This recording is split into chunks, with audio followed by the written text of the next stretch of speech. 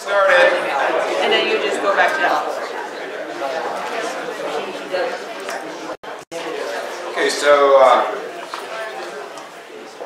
you have PS5 due this week, and PS6 will be out soon, and due next week, and then the midterm is 2 weeks from today. And the midterm will cover through this week and through PS6. There will be a sample midterm for you to look at, and the PAs will go over it during the lab section the week of the midterm. And I'll do a review and lecture Tuesday before the midterm. That's where we're headed. And remember that the next assignment to come out will be PS7. It will come out next week, be due in 2 weeks from when it comes out. You need a partner. So if you're putting that off, now's the time to stop. Find a partner. So if you need help, let us know. There's a spreadsheet circulating on Piazza. Some students created that you can put your name in. Any questions or problems about anything?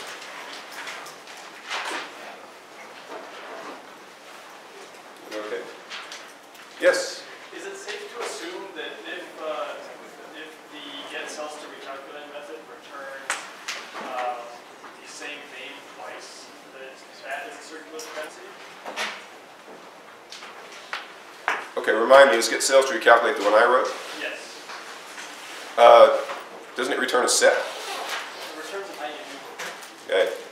It shouldn't be returning the same thing twice. If there's a circular dependency, it should be throwing it, it throws an exception. So if it returns anything at all, there's not a circular dependency. If there is a circular dependency, it throws an exception. Any other questions?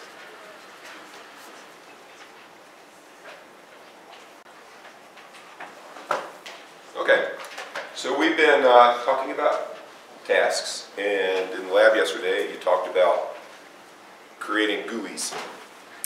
And a week from today you'll have your PS7, which is to put a graphical user interface on top of the spreadsheet, will come out. So between now and then you need to get up to speed on creating graphical user interfaces. So it may seem intimidating if you've never done it, because yesterday you made a tip calculator, which is all well and good, but it's a far cry from a tip calculator to a spreadsheet interface. So there's a lot of stuff to figure out, and we'll start working on that today. So let's look at an example here.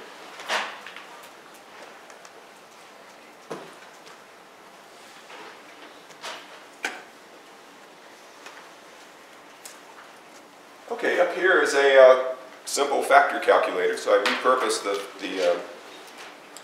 factor counting code into a GUI. So this is my design view. So just to review what you learned in lab yesterday, how do you suppose I created this design view? Where did this layout come from? Yeah? Right, I dragged and dropped, when I first created the project, it created the window for me. And I can resize the window, and I can put buttons on the window, and I can drop labels and text fields and so forth. So I can rearrange it, and as I'm doing that, it writes the code that's required to produce something that looks like that. So rather than having to go down to low level and start writing code, it does that for me. Now, when you create a GUI like that, it doesn't do anything. If I were to run it, it would show up and it would look like that looks, but the buttons wouldn't work, and I want the buttons to work. So what's required to get buttons to work? Using a network handler. Okay.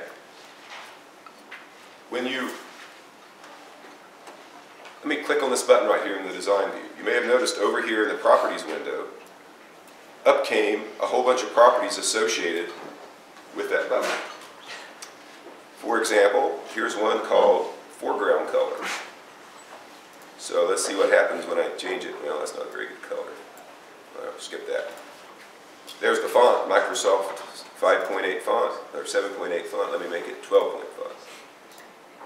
Okay, so that's easy to do. There are all kinds of properties you can set that change the appearance of the button and the functioning of the button. So I could change the text that's displayed there. I can change the size. I can change the color if I'm patient enough. So those are properties. There are also things called events. So there's a little thing here that looks like a lightning bolt. If I click on it, it shows me all the different events that can happen with a button. So for example, there's one here called drag drop, drag enter, drag leave, drag over. So that means if I want to, I can arrange to be notified when someone does a drag and drop onto the button. Now I probably don't care about being notified when drag and drop, if someone drags and drops something on the button. What am I interested in? When they click on it? When the button is clicked. And so to deal with when the button is clicked, I need to find over here the event for button clicked. So let's see, clicks. Should be at the top. Up at the top. Oh, there we are. Action, click. And you'll see over to the right, start button 1 _ click. So I've already set this up. What that means is that at runtime, when someone clicks on the button, the method start button 1 click will be called. Now you probably learned a quicker way to set that event. What was it? Rather than having to browse through a whole bunch of events. Double click. What's that? Double click it. Right, if you just double click on the button, it will set that click property right there, that click event. So that's how I did it. I double clicked on the button in the design view, and it created a method for me called start button 1 click. And it set up the code necessary for that method to be called when the button is clicked. So that's one event. So that event is favored by the interface. I can just double click on the button and set up the event. Other events I have to go look and browse through and set them manually. Okay? So that's fundamentally how you create a GUI, is you make it look like you want it to look, and then you arrange for events to happen, and you write code that deals with events. So where is the code? Yes? Isn't it in the designer tab? Okay. So this is called the design. This says design in the little tab up there. That's the design view. But I can click here on view code. I right clicked on the surface and I hit view code. And here is some of the code.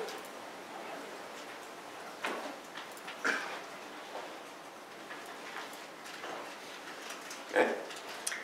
So I created a class called factor counter, named after the name of the project. I put a cancellation token in there. It wrote a constructor for me that does initialize component. And what are the rest of these things? There's a method called high limit text changed, start button 1 click, start button 2 click, start button 3 click, and do factor count 3, display result, cancel button click. So where did that code come from?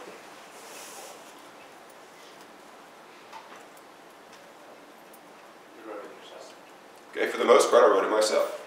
For example, when I double clicked on the start button 1, it created this method for me. It was empty.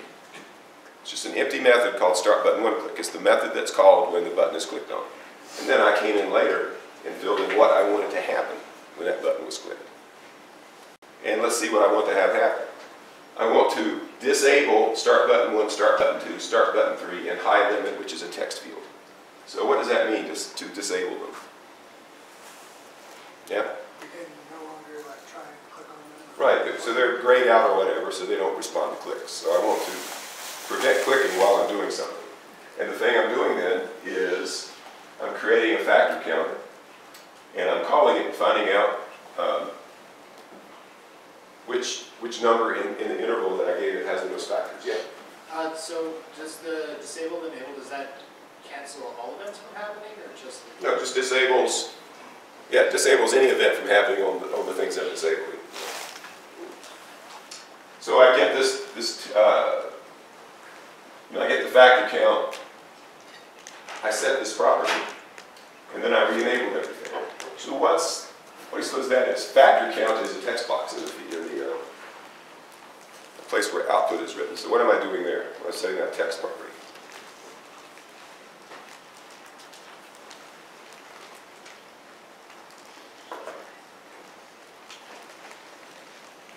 Yeah. You're changing the visual, so it changes. Yeah, I'm changing what text is displayed in that box. So event handlers typically, often in this case, they're doing things to the controls. They're calculating something and displaying it. That's what this button does right here. So let's try it out and see. So I'm gonna click Start, and up comes my GUI, hopefully. And everything's disabled. That's bad. Let me try again. Well, I've broken something.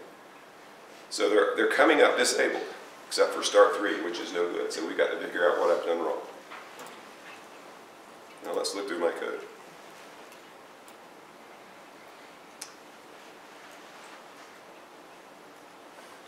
Well, when text changes in the text box, I enable all the buttons. Oh, I see. That's what I need to do.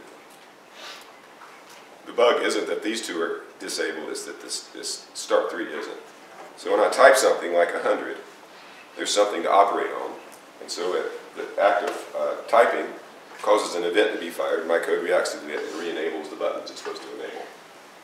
And then if I click on Start 1, that's the method we're just looking at. It's saying that 60 has the most factors of the numbers from 1 to 100. Right? So fairly straightforward. And if you look carefully, you'll see all these buttons be disabled when I click Start, although they'll be really fast. So well, that doesn't work. Too fast. Let's try 1,000.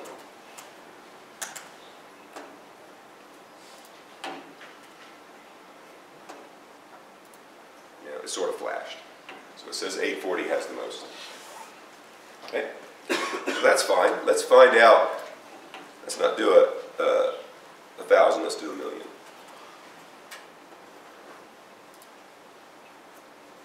Well, I'm getting tired of that. I can't drag the thing around. There's a cancel button, but it's not responding to anything. I can't even X out. Nothing's working. So why did this thing freeze up? Yeah. I'm running the function that finds the factors on the same thread as the GUI runs. Okay. So what he said is exactly right. I'm going to explain what's happening by bringing up a slide here.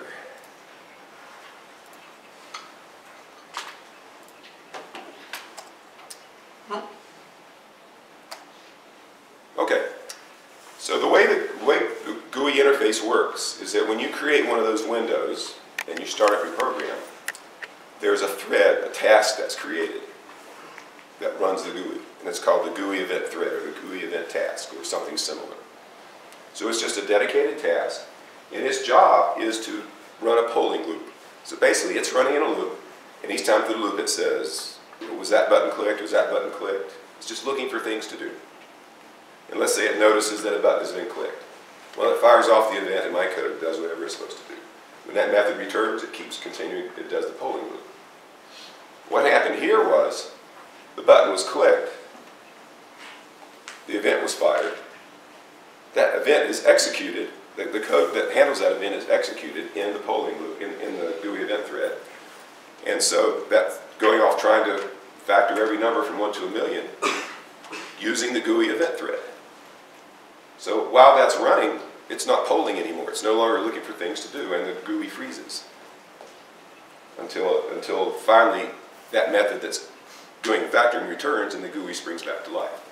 So that's not good. Yeah? In that particular example, would it eventually return something? Oh, it'll eventually return.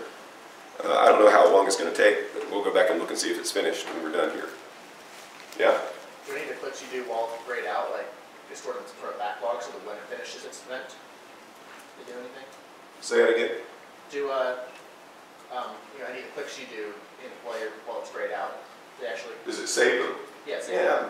Later. I wouldn't be surprised, I'm not sure. But that's kind of, if it does handle them eventually, people, when their GUI freezes, what do?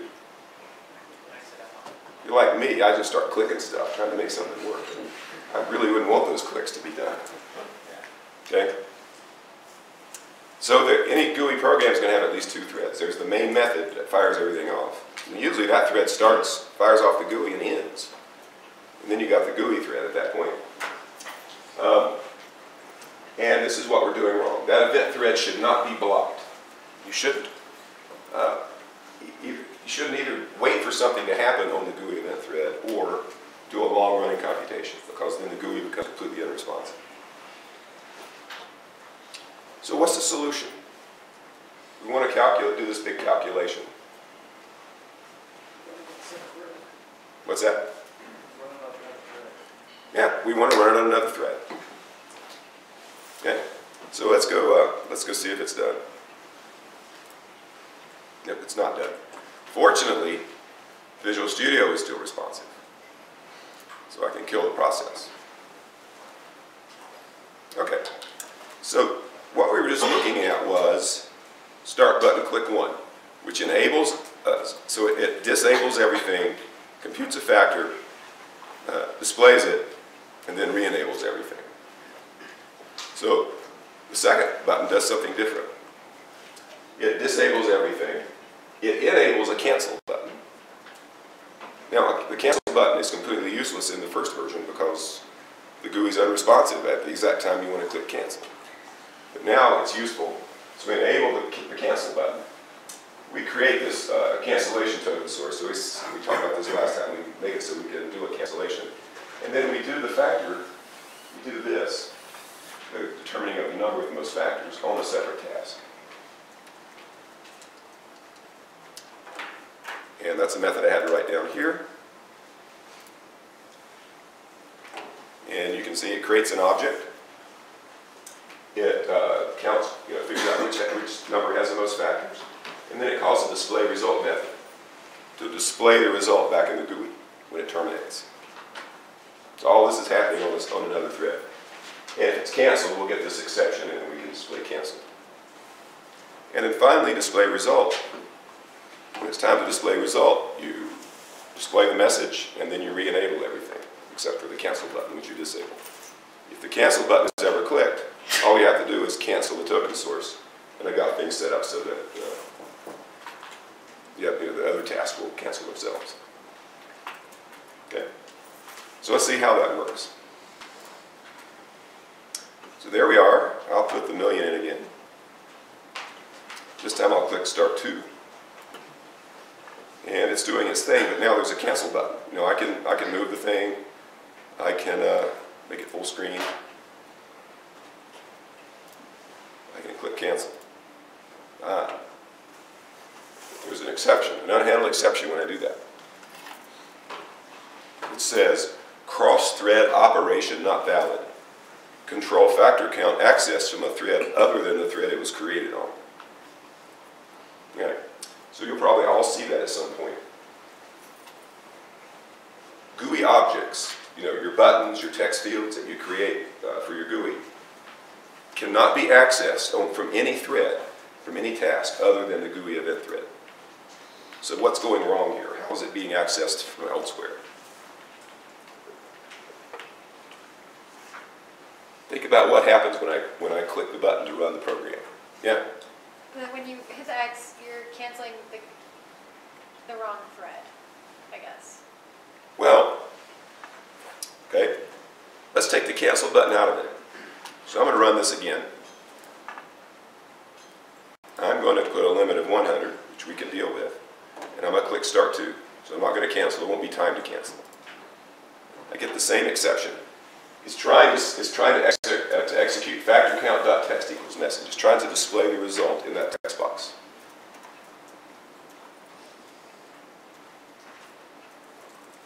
What's going on? Yeah? Message is from another thread. It's cross-communicated in a way that's not. Okay. So, I'll say again that a GUI object such as factor count, which is text box, can't be accessed.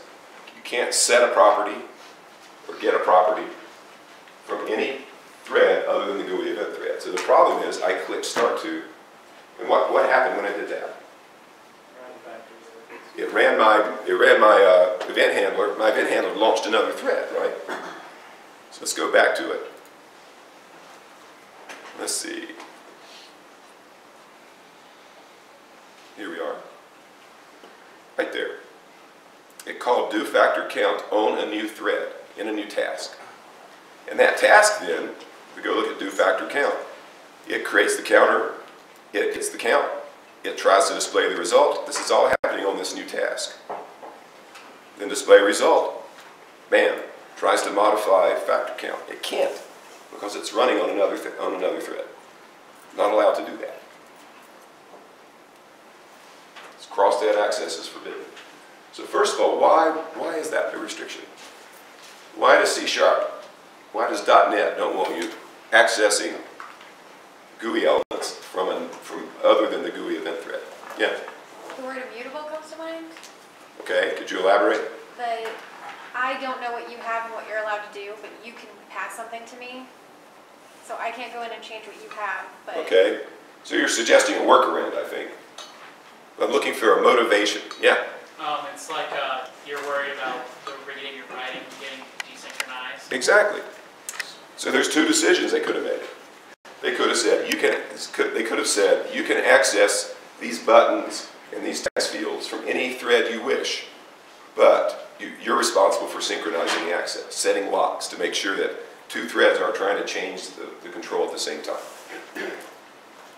Okay? They chose not to do that. Instead, they say, if you want to change this thing, it has to be changed on the event thread, on the GUI event thread. So that means there's no need for synchronization because changes are only made from the one thread. So there can't be two things going on, two threads at the same time trying to change a control. So it simplifies your job. You don't have to worry about synchronization. But you've got to figure out how to execute this code, not on this thread, but back on the GUI event thread. That's the problem. Fortunately, there's an easy way to do it. So let's look at Start Button 3. Let's see what it does. It enables the buttons, or disables the buttons, enables that. It creates the cancellation token, and it runs do factor count 3. Okay, let's go see what do factor count 3 does. It figures out what answer it wants to display, but notice how it displays it.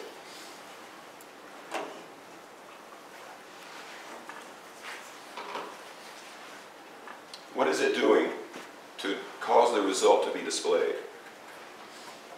It's not calling display result. What's it doing?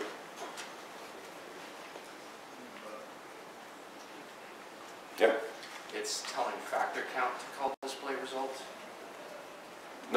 Sort of. That's close. The key is this method invoke. So every GUI object has a method called invoke. What does it take as a parameter? What does invoke take as a parameter? A delegate? A delegate. And what invoke does is it takes that delegate and runs it on the GUI event thread for you. So rather than us calling display result on the current thread, which won't work, we call invoke, and at some point in the future it will run. That'll become another thing that happens during the polling loop. It'll say, was that button clicked? Was that button clicked? Was that button clicked? Is there an invoke delegate to run? And at some point it gets run. At some point it is run, and the change happens, and it happens back on the event thread instead of happening in the new thread we created, the new task. So this here is just a delegate. Takes no parameters and calls display result. Now, what's this?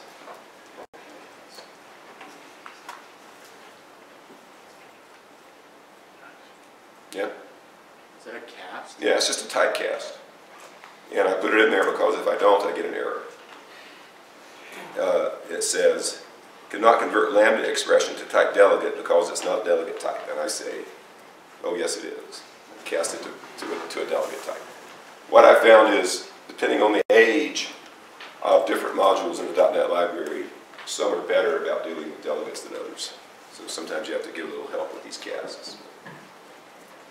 Okay, so let's try that out now. So we start.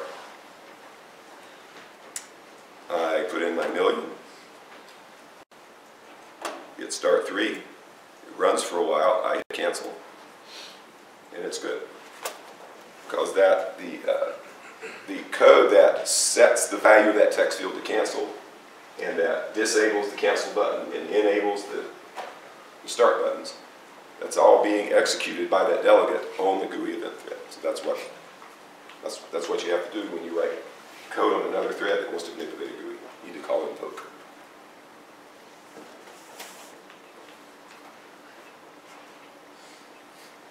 But let's think about the GUIs you'll be writing. What problems can you foresee? So, I mean, what I'm doing for the next 3 classes is just trying to tell you everything you know so you could get your GUIs written. So there's a lot to talk about, but does anything worry you? What don't you know how to do right now that you wish you did? Yeah? Making an infinite number of cells. Okay, making an infinite number of cells. Okay, why do you think you need an infinite number of cells? Because it's the spreadsheet is defined to have an infinite number All of right, cells. so your spreadsheet class has conceptually, a spreadsheet object conceptually has an infinite number of cells. Now, you don't have an infinite representation because the deal is that if they're not in there, they're considered empty strings. Okay? But it turns out that when that means you can use that spreadsheet class with a GUI that provided an infinite number of cells, but you only have to provide 2,600 cells in the GUI itself. So the GUI is more restricted than the class behind it. So you'll be 26 by 100. Okay. What else are you wondering about how to do?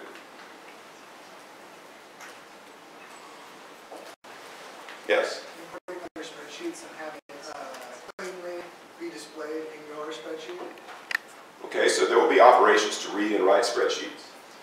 But you'll be actually implementing those operations in PS6. And then what will be involved making use of those? So there'll be a constructor that takes that creates a spreadsheet from a stored version, and there'll be a method that writes a spreadsheet to a file. So what will be involved in the GUI to make use of those? The constructor is a method.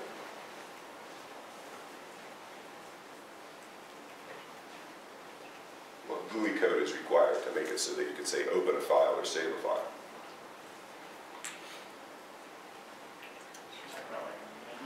Yeah, you'll want to have a menu with a file menu with open and save as. And you'll just have to arrange so that when someone clicks open, that the code in the event will end up calling the constructor for the spreadsheet object to create, that opens a new file. So you just got to connect the code in your spreadsheet class to the code in the GUI. Let's restrict our attention to just making the GUI look like a spreadsheet. So what I have envisioned is a window. The bulk of the window will be made up with a grid of cells. Probably not room on the screen for 100 rows at least, maybe not 26 columns. So it'll be scrollable in both directions. There'll be a place you can type new formulas, new strings, new numbers. Sort of like Excel, not nearly as full-featured. And a menu bar. So what if I just said, the first problem will be to get it to look right, then to make it behave right. So what do you need to know to get it to look right? Forget about the behavior for a moment. Yeah? Go ahead. What components do you need? Okay, what components do you need? There's one thing that really ought to be bugging you right now, wondering how you're going to do it, or scaring you, in fact. Yeah, the table itself, the grid of cells. That sounds like a tall order. Okay? But I'm going to give you a chunk of code, a plugin basically, that gives you that component. So, when you're building your GUI, there are all kinds of things you can drag onto the surface. Spreadsheet body isn't one of them. But fortunately, I can write some code and give it to you. And then then spreadsheet body, I don't know exactly what I call it, will show up on your menu. You can drag it into. So we'll take care of that. You need to learn how to create multiple windows, because I want to have more than one spreadsheet open at a time. How to close them, how to shut down the application when the program's done running. You know, say when all the windows are closed, actually shut down the application. And I don't know, there's a lot that you need to figure out. So that we'll be looking through a series of examples, trying to get a handle on that. Now, I'm also picky about how you write your spreadsheets. There's a certain form of modularity element they have, and we'll be talking about that as well. So not only do you have to get your spreadsheet to work right, it needs to be, the architecture needs to be the architecture that I tell you to use. So we'll work on that as well. Okay, now let's look at one more thing. There's a design view, right? And remember, if I say view code, I basically get a class containing event handlers, plus other, and what I've done is, every time I create an event handler, Visual Studio sticks a stub in this file. I can go add code to the body, and I can add helper methods. But look at what these things are accessing. Start button 1, start button 2, start button 3. Those look like instance variables, don't they? But I come up here, the only instance variable I see is token source. Where the heck are start button 1, 2, and 3, factor count, and so on? Where are they declared? Okay, someone mentioned that this is a partial class. So C# has this odd feature called partial class, and I'm convinced it was put in just for this purpose, where you can take a class definition and split it into 2 chunks. And this is part of the class definition, it's in one file, and the rest of the class definition is another file. And when they get compiled, they get stuck together.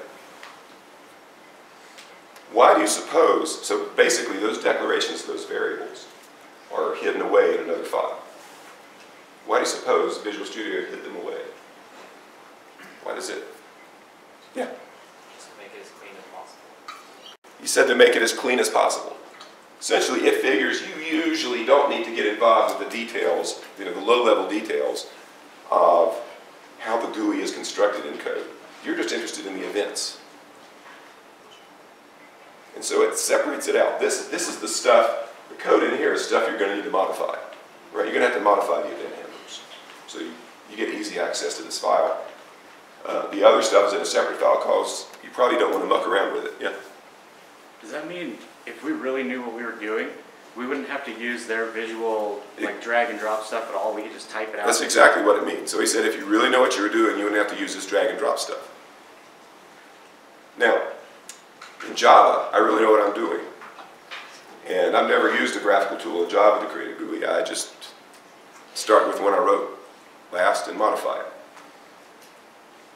Visual Studio, I have no idea how to create one from scratch. I only know how to use the visual tool. On balance, I think the visual tool is a much better deal. So you can get, though, at that hidden code if you wish. It's not hidden very well. Over here is a Solution Explorer, and you'll see maxFactorCounter.cs. There's an expandable thing here, or you can expand it. And under it is FactorCounter.designer.cs. That's the mysterious hidden code. So I'll show it to you. So this is the code, and some of it's even hidden again, that deals with actually building the window and declaring the different pieces. So this says required designer variable. Okay, I'd be kind of nervous about modifying what it does, given that documentation. Here's dispose, which cleans up resources. What do you suppose that code right there is doing?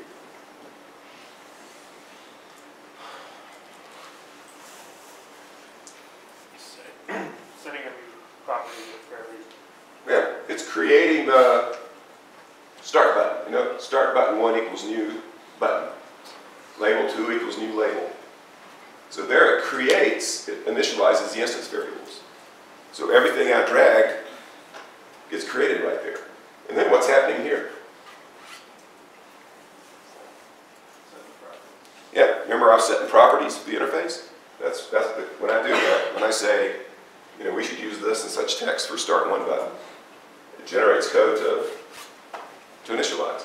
Here is where it puts in the, this is an event. So when the text changes, we'll talk about this event syntax later.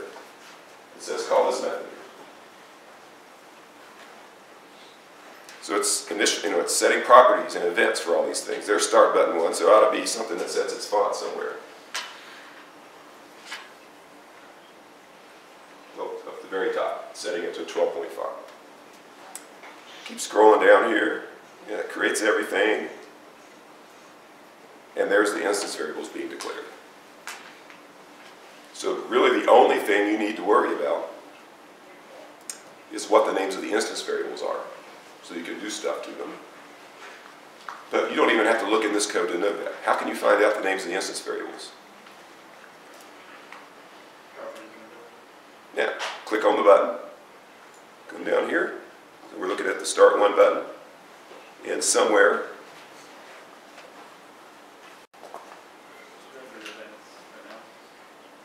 oh, under events, thank you.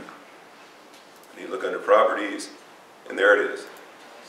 No, that's not it. That's the text. I need the name. Is the name of it under the word properties? The start button. Yeah, you can certainly see the name right there. There's a place to change it, which I'm sort of blanking. Oh, right there. So if I change that name, it refactors the code and renames the instance variables. What you'll find out when you create these things, it'll name your instance variables things like text box 1, text box 2, button 1, button 2, file menu item 1, file menu item 2. I recommend you change them to something sensible, like save menu item and save as menu item, so you can tell them apart. And the way you change it is just set the property, and that refactors the code. All right, so here's the game plan. I've got a slightly more complicated example than a tip calculator, not a whole lot more complicated. And we're going to go through and look at its implementation. And we'll start with a very simple implementation that really doesn't meet my preferred design guidelines. We're gradually going to modify it into something that is organized the way I want your spreadsheets to be organized. So let us take a break, and then we'll get into that.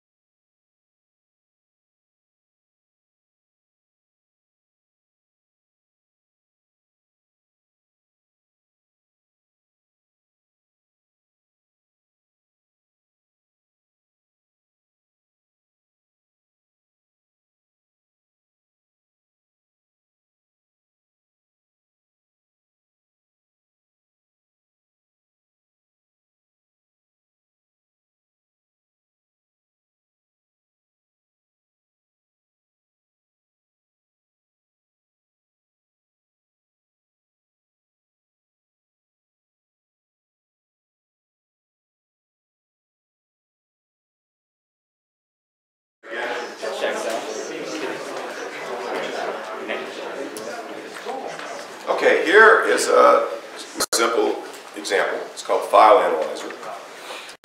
And what I can do with it is open a file menu. Well, this isn't it running, this is the design view. I can run it.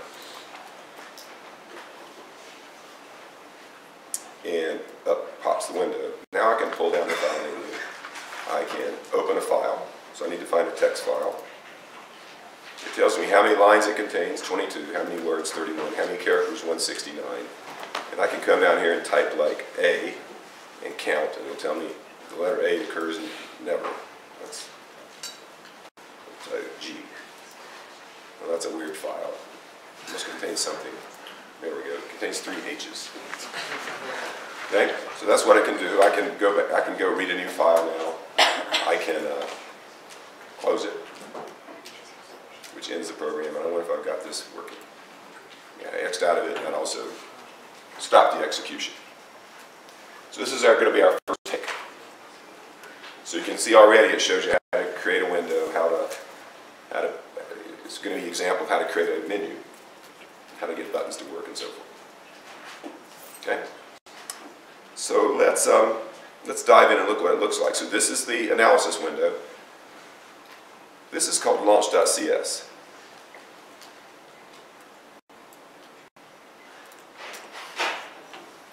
Where'd that come from?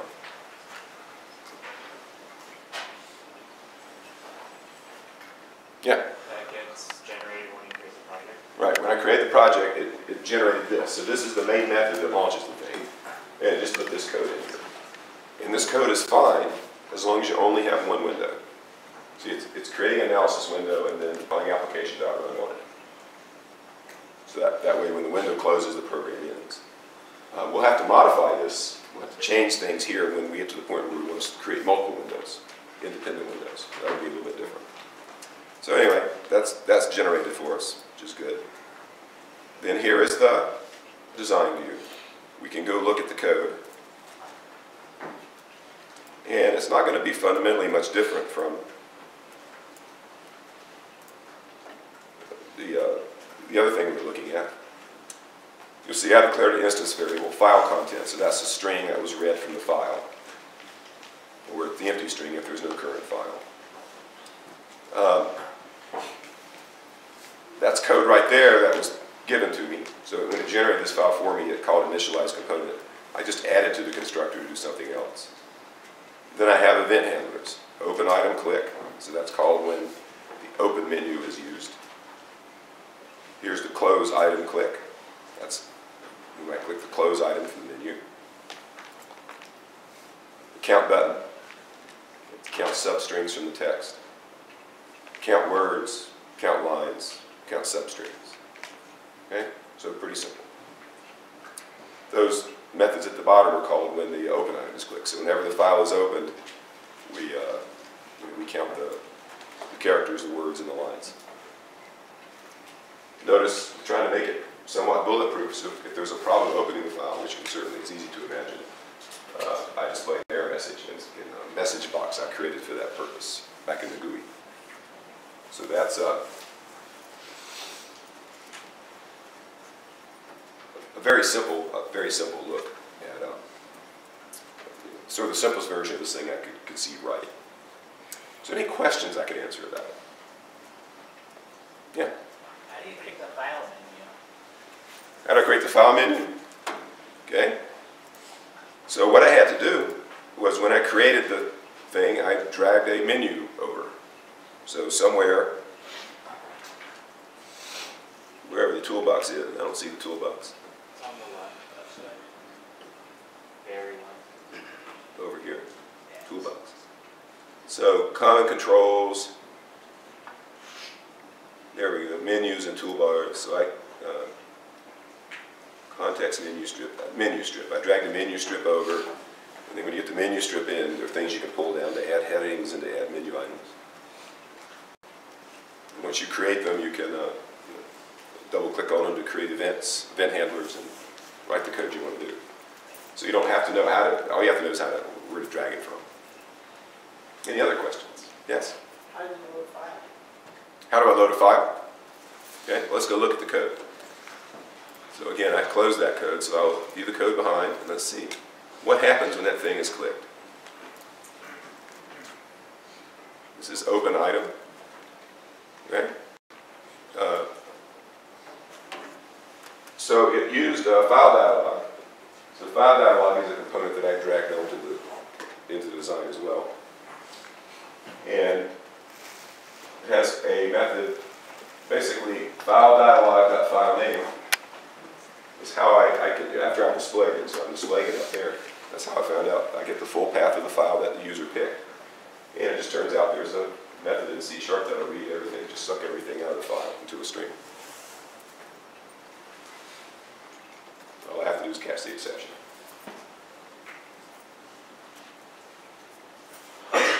Let's see what it takes to close. Okay, so there's a method called close. Well, I wonder where that is.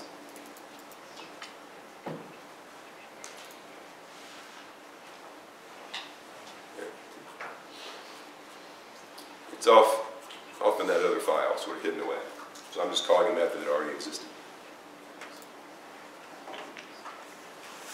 Okay?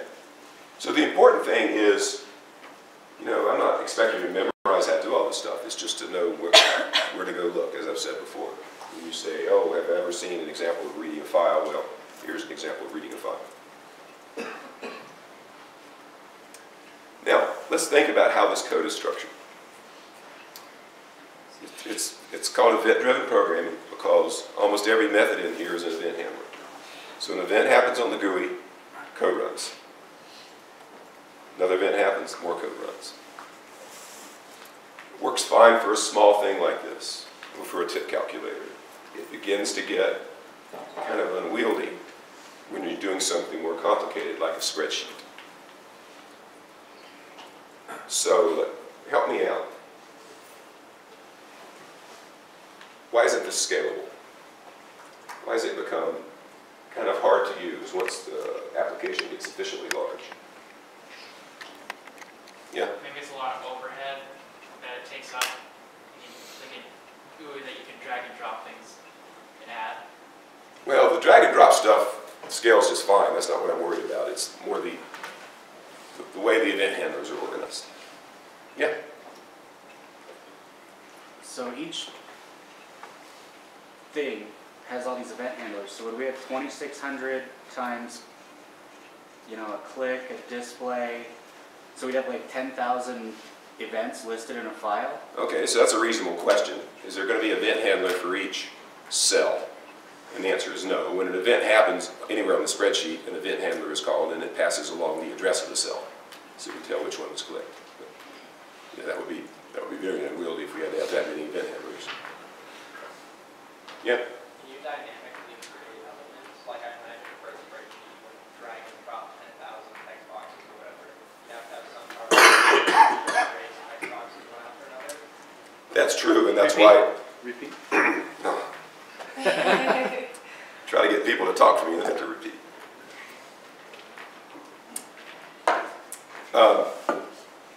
We wouldn't want to have to drag and drop 10,000 cells either to set them up, is what he's saying. And that's not necessary either because I'm giving you a widget that has all the cells on it, so that's not a problem. What's something you like to do to your programs before you hand them in? Stress test? Test them. How would you test this program?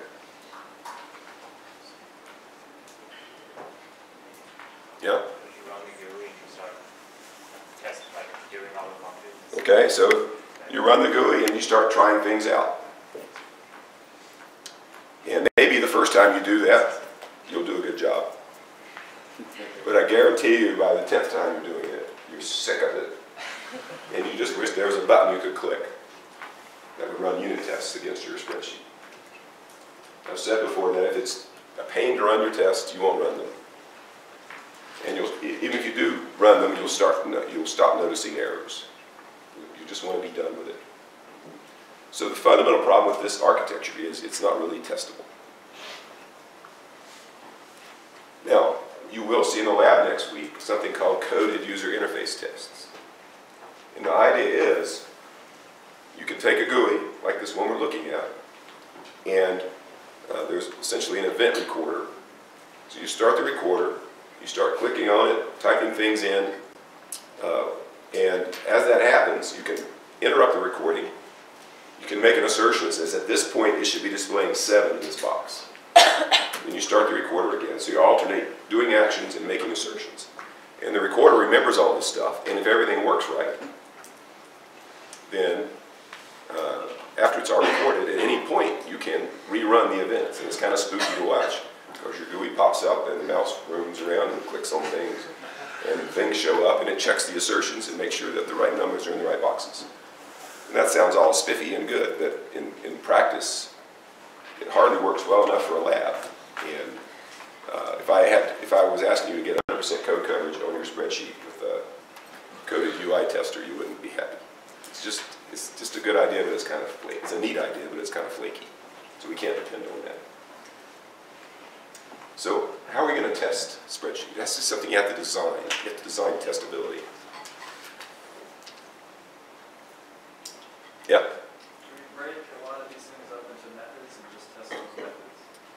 Okay, can we break these things up into methods and test the methods? Here's the problem. What do these, it's already broken into methods, and what do the methods do? Like the one I'm looking at here, open item click.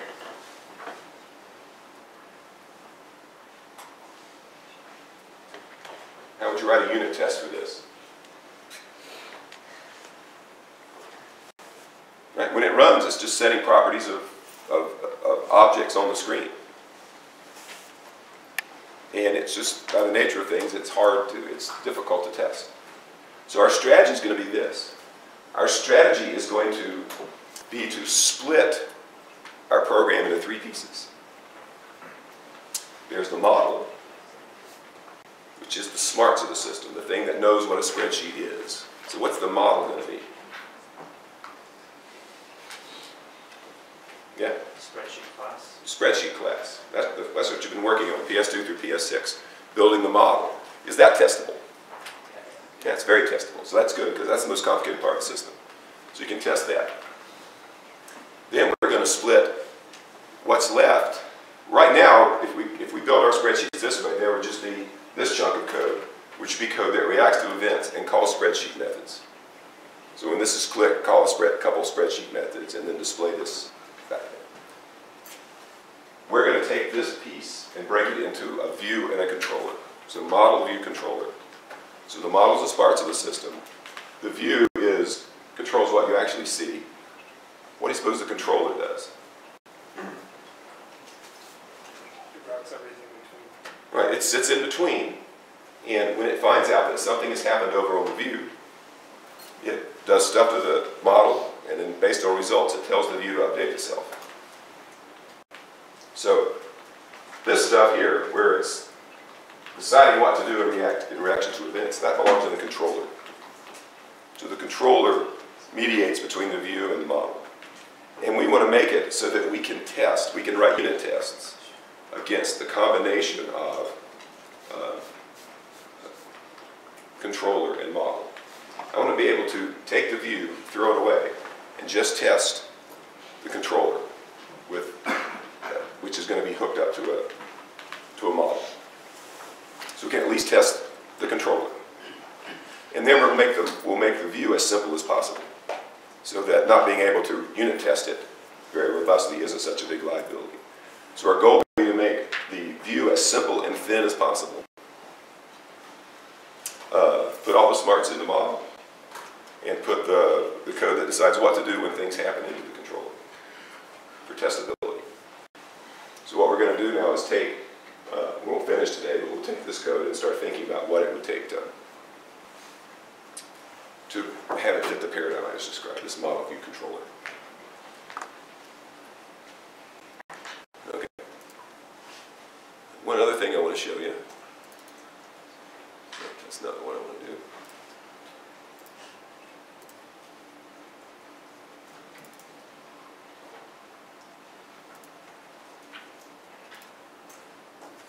Okay, this is a UML diagram. We looked at UML before. That describes how version 1 of our file analyzer is organized. So you remember there's a launch class. there is analysis window, which is the top level the form that we created. And it extends form. So form is a class from C#. This extends form. And there's comments here. I'm observing the bulk of the code is in here, making it difficult to test. And then I'll observe that launch here is implemented so that only one window can be opened at a time. So that's our starting point. So let's got to fix something first. Let's first start with a simple thing, which is how do we launch more than one window? So we'll go to File Analysis Window 2 and look at that. Or File Analyzer 2 and look at that. So I'm going to set a startup project and let's run and see how it works. Okay, so our window pops up. Under File, we now have New. So we can create as many of these as we wish.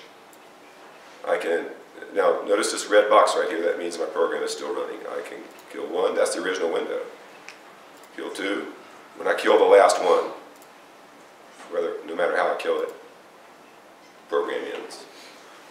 So the life of the program is not tied to a single window being open, it's tied to all three, to something being open. So how do you suppose that works? How do you suppose the code for that looks like? How does it, somewhere, something is exiting the thread that controls everything. How is it knowing to do that? Yeah? Is there a stack of windows, like running windows, and then once the stack is fully empty, then it knows to close? Yeah, it's reasonable guess that there's a stack of windows somewhere when it's empty. The bottom line is it's not even a stack, there's just an integer. The program keeps count of how many windows are open. And when one is created, it adds one, and when one is closed, it subtracts one, and when it hits 0, it ends the program. How does it find out a window is closed, or a window has been created? Yeah? When you click the new, that action listener can Right, so it's event driven.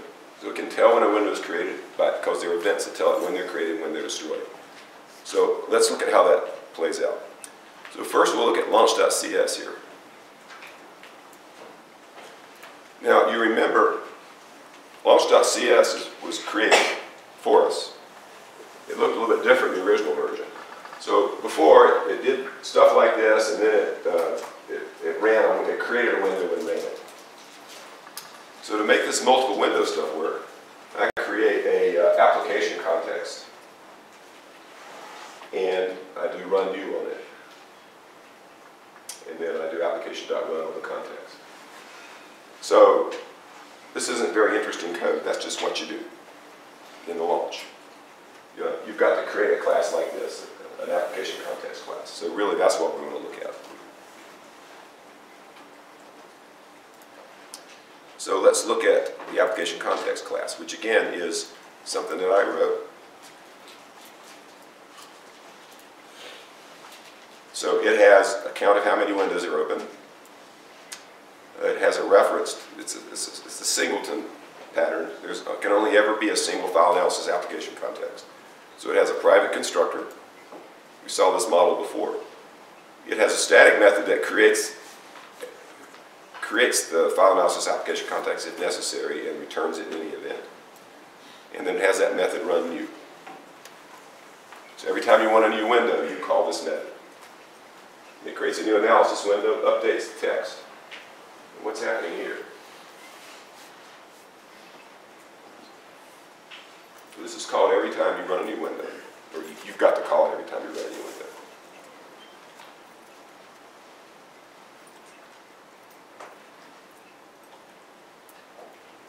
Yeah? If the window count is, when we decrease it, is less than or equal to 0, then we exit. Okay? That is true. You can look right here and see if the window count reaches 0, we exit the thread. That's what kills the program. What's going on in here?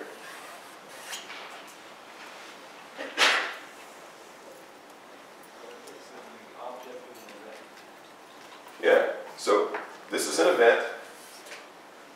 This is an event handler, a delegate. has to take two parameters, both of which we're ignoring, but it has to take two parameters. It runs that code, it's called. And this is what it takes to register it as an event handler. So a lot of punctuation there, it looks kind of weird. About now you ought to be realizing that when I said that delegates weren't something that you could hope would go away before the end of the semester, I was serious. You can't make event-driven programming demands the use of delegates. So every time we create a window, we increment the count, and we put an event lister on it so that when it closes, we're notified and we can decrement the count and exit the GUI event thread. That's what stops the program. Okay. Otherwise, what do you think has changed about the actual code behind this? If we view the code, what's going to have changed? What will be different in this than from our original version?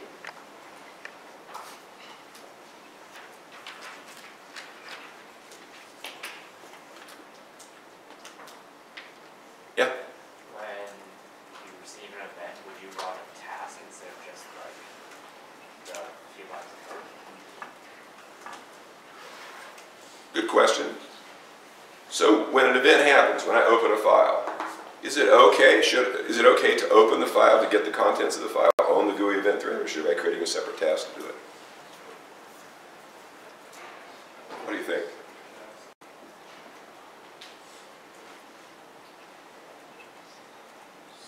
Should be a separate task. Probably ought to be a separate task because it could take a while to open the file.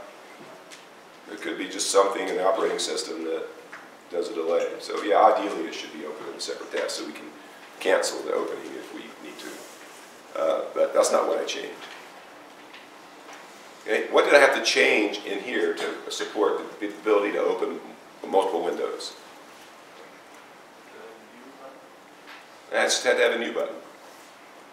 So there's a, I put a new button into the menu, and then somewhere down here there'll be an event handler. That's when new is clicked. Let's see if I can find it. Count lines, count substrings. I don't know what happened to it. Well, let's go find out. So let's go to the design view.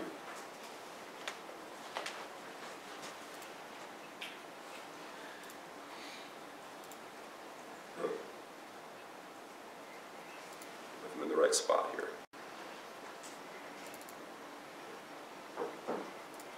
Okay. So there it is.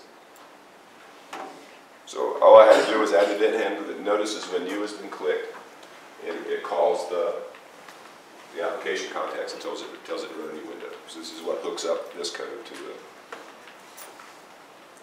to the code we looked at before. So I had to change that application context thing. I had to create it. Not much change is required here. Yeah. Is window count something you declared? Yeah, window count. When I created this thing, I created that instance variable right there. Now, how did I know how to create this thing? Well, how do you think? Where did I get the inspiration for this thing? Am I just so smart that it just comes naturally? What do you think I did? Google. Yeah, Google. I went to Stack Overflow and I found out. But when you need to know how, you just got to remember, file analyzer 2. That's where he added ability to open multiple windows. Nevertheless, half a dozen people will post to Piazza. How do you create multiple windows? Hopefully none of you will ask that. Hopefully you'll answer the half dozen questions. Problem is it won't be needed for 2 weeks, and so by that time it's ancient history. Okay, so we have looked at 2 versions now. In fact, let's look at the UML diagram for what I've done now.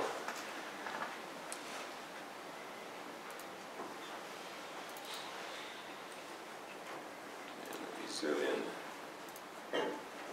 And there it is. Now the diagram shows that there's this thing called file analysis, whatever, that launch needs to know about, and analysis window needs to know about. And this thing has to know about the analysis window so it can register for events. So I'm not trying to say that UML is the greatest thing since sliced bread, but it does give me a way to point and talk about what's changed. Having said that, I was shocked and dismayed to learn that Visual Studio 2017 doesn't allow the creation of UML diagrams anymore. It doesn't even display them. It just took the project type right out. So I had to go back to Visual Studio 2015 and turn all these things into image files so I can show them to you. So I'm sad. Okay, let's take a break from talking about that, and let's talk about, I'm going to talk about events now, because to go any farther with the further versions of analysis window, we have to get involved in events, with events, in a more serious way. So I'm just going to finish up here by talking about how events work. So typically, what you have is you've got some piece of your program that provides events. So in the program we were just looking at, who is providing the events? The events that get fired.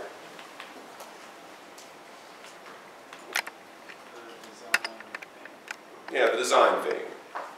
It's generating all the code to declare the events and hook them up. But in this example program, I created a class called Event Provider. Nothing special about the name, I just had to do it somewhere. And let's see what I have. This is how you declare an event. So event is a keyword in C#. So if you want to have a new type of event, you use the keyword event. This event is public. This is the type of delegate that I want. This is the name of the event, communication event. And that's the type of delegate I want to, when someone registers to hear about these events, I want the delegate to be a communicator. Now what's a communicator? Where'd that word come from? Like a two-way listener? Yeah, it's just right up here. So I'm declaring a new type, a delegate, so it's a delegate type called communicator. So a communicator is a method that takes a string and returns nothing. Okay? So this says you can't just put any old delegate to listen to this event right here. It has to be a communicator delegate. Then there has to be code somewhere that fires events. Now we don't see the code. The code that fires the events in the GUI are buried deep in the .NET library. So we don't see the code that decides, there's some code somewhere that notices that the mouse is over the button and notices that the left button has been clicked. It says, oh, I better fire this event. So it's looking at stuff and it's firing the event. And firing the event is simple. Remember, the name of the event is communication events. That's just a variable that holds the event. To fire an event, you just call communication event like it's a method. Now, why are we passing a string? We're saying communication event, we're passing it a string S. Why are we passing a string instead of an int?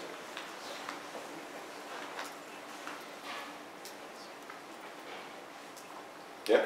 Because all the methods we pass in without that take a string. Right. There are potentially a bunch of delegates have registered with this event to be notified when the event is fired. To fire the event, all we know is we call the event like it's a method. We pass it a parameter. And what actually happens is, let's say there's 5 event handlers that have registered. All 5 are called and are passed that parameter. That's called multicast. Looks like you're calling a method, but what you're actually doing is firing the event. So there may be no events registered, there may be 100. If there are 100, all 100 will be called with that parameter. So we don't have to know how many are registered, we just do that. Now there is one small gotcha. You got to check and make sure something is registered before you fire it. So this is making sure at least one thing is registered, and then we do that. Okay, so that's how you declare an event and how you fire events, and you'll be doing both. And this is how you consume an event. This is my main method. So this is just a demo. It creates an event provider, and what's happening here?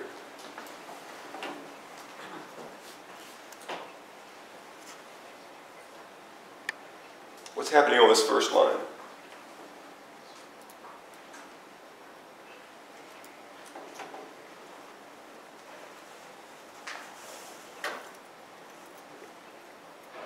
Yeah.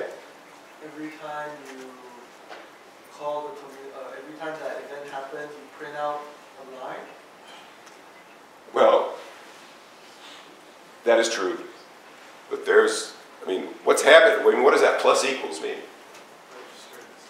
We're registering an event handler.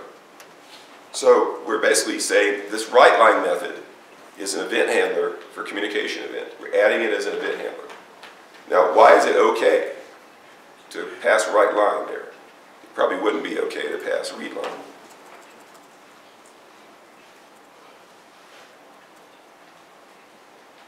What is it about write line? Yeah. Because write line can take in one string. Right. So that's the string you pass in when you... Right. Remember the events we register, the handlers that we register have to take a string as a parameter. Read line doesn't take a string. So what this says is that, okay, after we register this event, we register this event handler, every time the event fires, some string is going to be written out to the console. What string will be written? Doesn't look like we're passing a parameter to write line. How does write line know what string to write? This? No, nothing to do with this. Yeah, The string that's passed in when the event is fired. right down here. Whatever string we're passing right there will be passed to all the registered event handlers. Okay? What's happening here?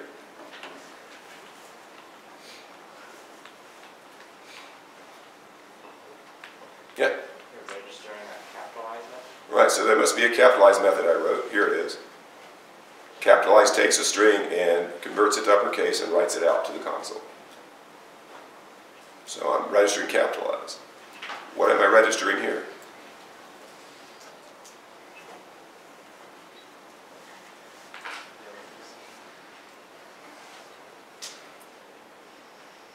Yeah, Are you actually registering a lambda expression? sure. That thing right there that's highlighted is a method. It's a lambda. And what does that lambda do? How would you describe that method? Yeah. It's setting S with a delegate console write line S to lower. Right. It's a method that takes a parameter that it converts to lowercase and then prints out. So it takes a string as a parameter, converts it to lowercase, and prints it out. And there I'm adding capitalize as again, so now it's registered twice. So it'll be called twice. Here I'm taking it off once. So what will happen when I call provider.fire communication event with this string?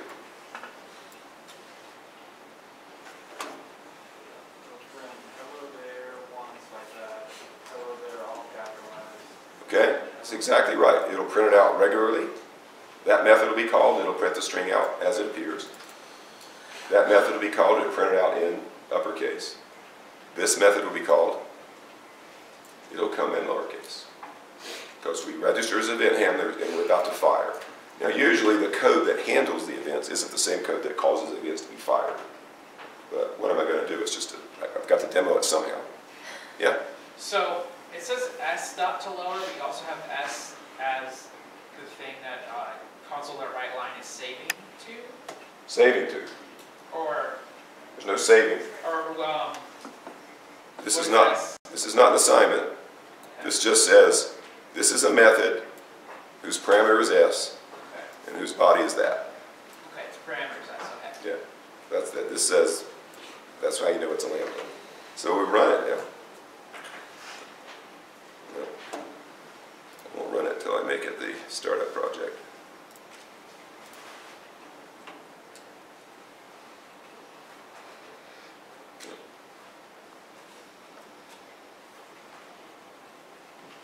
Okay, so yeah, what happened is what we expected. So events, we talked about trying to make the file analyzer and by extension the spreadsheet class more modular. And the way we're going to do that is with events. We're going to create an interface between the controller and the view that depends on the controller listening for events on the view. And then communicating with both the model and the view to make the right thing happen. So we'll see next time how that works. For today, we're done.